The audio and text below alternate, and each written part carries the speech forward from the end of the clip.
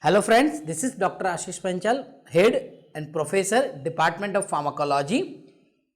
Today we are going to learn the feedback mechanism. So we all know that in homeostasis, in homeostasis, we know that it is the maintenance of the internal body environment. But how the body maintain the internal environmental condition? So the body maintain the internal environmental condition by two ways. One is the positive feedback mechanism and the second one is negative feedback mechanism. So let us here discuss the positive feedback mechanism. Positive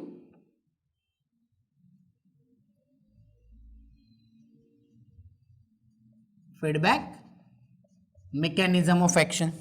So in the positive feedback mechanism of action, the examples are, the first example of the positive feedback mechanism is blood clotting. The first example is the blood clotting. Now what happened in the blood clotting? So here when there is an injury to the body part, अगर आपको कोई body part में injury होता है, so first step is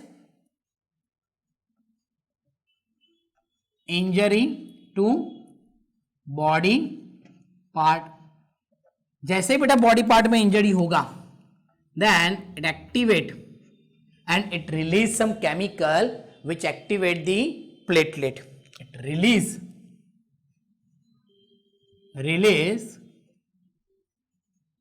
some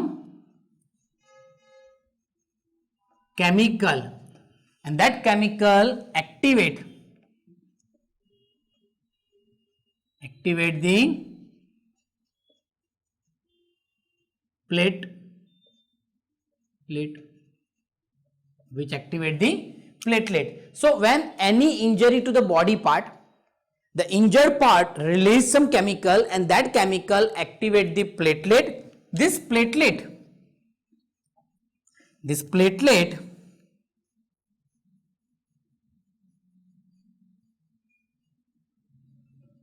activate the clotting protein in blood. This platelet activate the clotting protein in the blood, and this clotting protein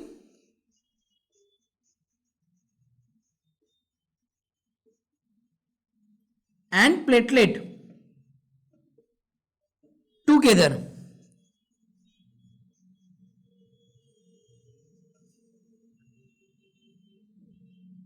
cause the blood clot. Means देखो बेटा, when there is an injury to any body part, some chemical are released from the injured part and this chemical activate the platelet. This platelet activate the clotting protein, because we all know that there are 13 different clotting factors are present in the blood which help in the clotting. So this 13 clotting factor get activated in blood and together with this clotting protein and platelet cause the blood clot. Okay. In hemophilic patient, यहां पर बेटा मैं note करके लिख रहा हूं, in hemophilic patient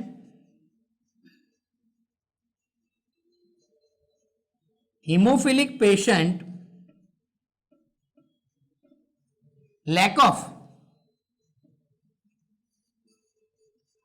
clotting protein means clotting factor number 8. So in minor injury,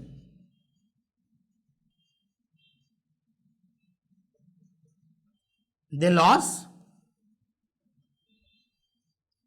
more blood.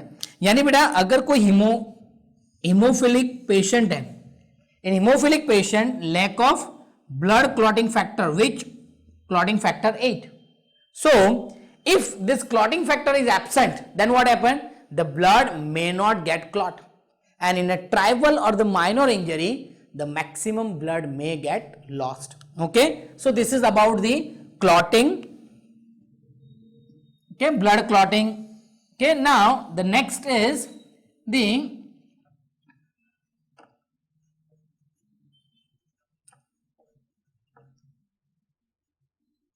menstruation cycle. The next one is the menstruation cycle. So what happened, beta? In menstruation cycle, we all know that there are 4 phases of the menstruation cycle. Okay, the phase 1, that is the menstruation phase.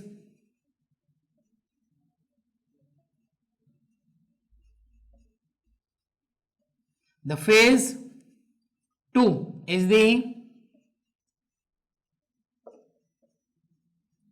estrus phase, and phase 3, that is actually phase 3 is the event known as the ovulation, and phase 4 is the secretory phase. Now in the second phase, estrus phase, the level of estrogen is increased.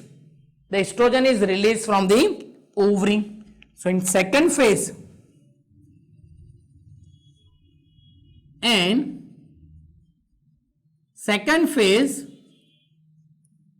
the estrogen release from ovary, and the blood estrogen level is increase. Okay, so the estrogen, second phase, the estrogen level is increased, and from where the estrogen is released? Estrogen released from the ovary. Once the estrogen level increase in the blood, okay, it activate the hypothalamus and release the GnRH, that is gonadotropic releasing hormone. So it activates the hypothalamus, and once the hypothalamus is activated, it releases the GnRH, and this GnRH activate the pituitary gland, which activate pituitary gland and release LH and FSH. Means this pituitary gland, it release the LH and FSH. Once the LH is increased in the bloodstream, it release the more amount of estrogen. Okay, this once the LH is increased, it release more estrogen in blood. When the more amount of blood estrogen level, okay, it again release more GnRH and LH by positive feedback mechanism, and on the mid of cycle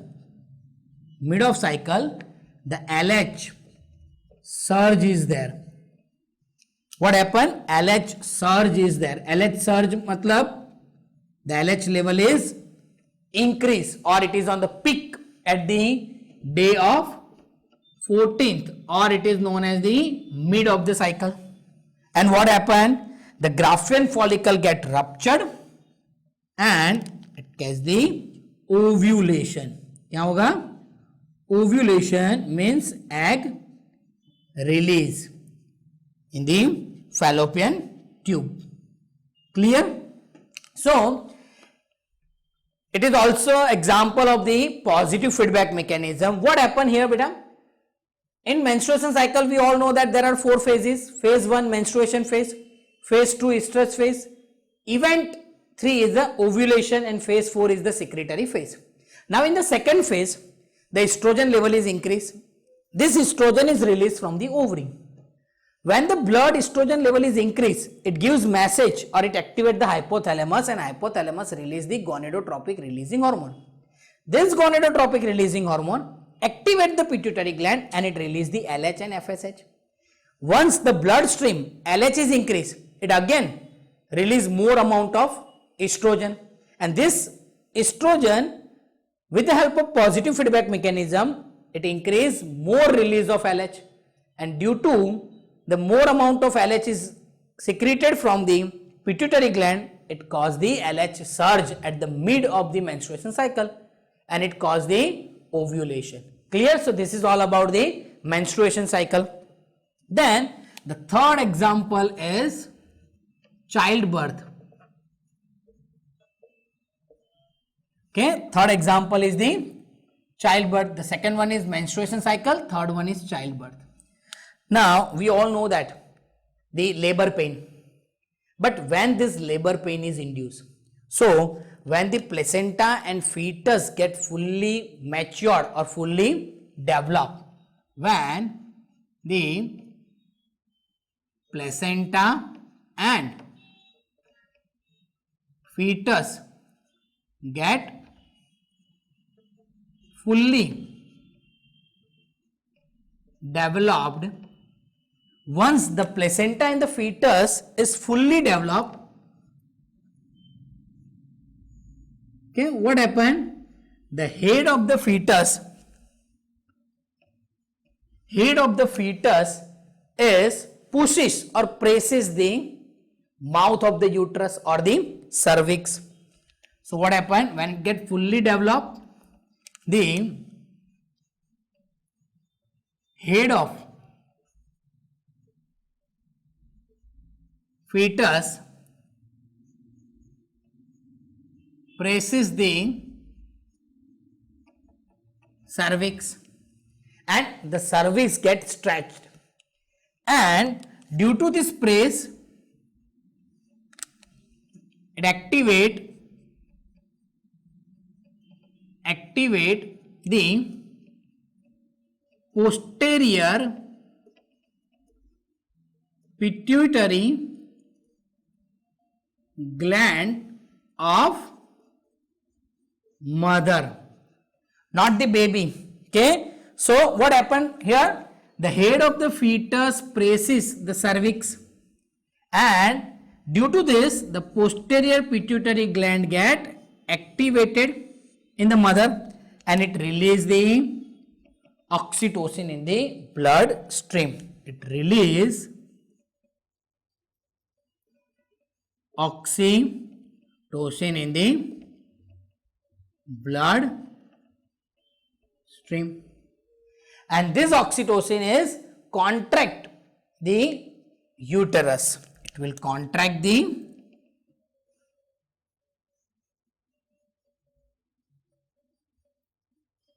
myo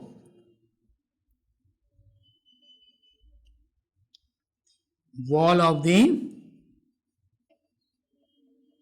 uterus, and due to contraction of the uterus wall, more amount of oxytocin and relaxin is released from the ovary, and due to this, the relaxin is released from ovary, and it widen the mouth of uterus, and what happened?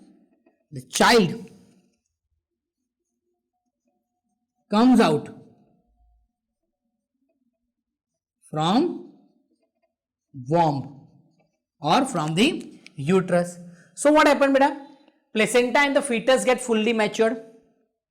At that time the fetus presses the mouth of the uterus, means cervix, and which activate the posterior pituitary gland, and from the posterior pituitary gland the oxytocin is released, and this oxytocin is contract the wall of uterus.